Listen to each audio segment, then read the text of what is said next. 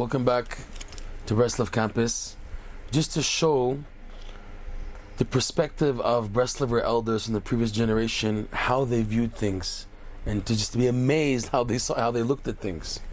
There was an elder, his name was Meir Elkabas. He was from Poland. This man was a walking giant of the Torah.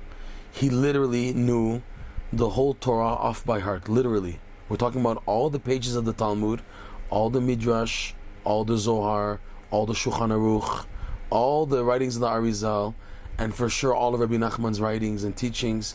He knew everything off by heart, this man.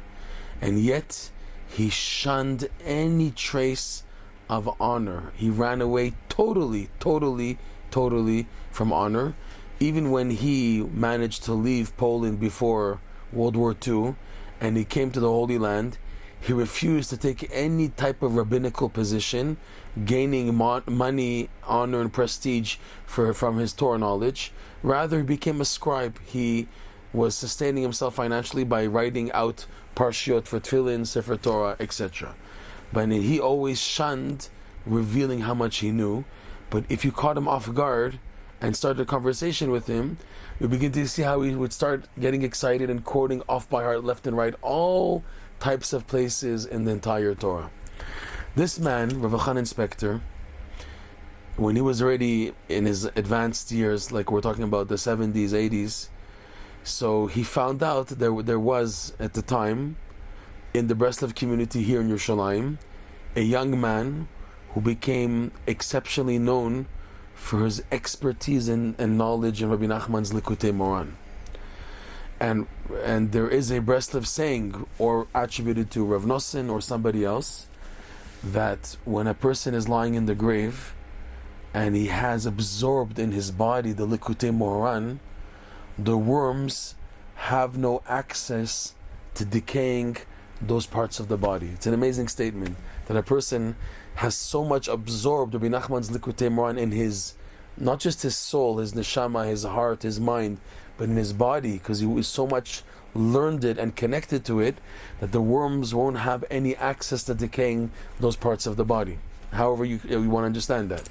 So with that in mind, when Rav Elchanan Spector heard about this genius, this special young man, knowing very well the Likutey Moharan, he went to the burial society here in Yerushalayim, the Chaver Kadisha, and he requested to purchase a burial spot next to this young man.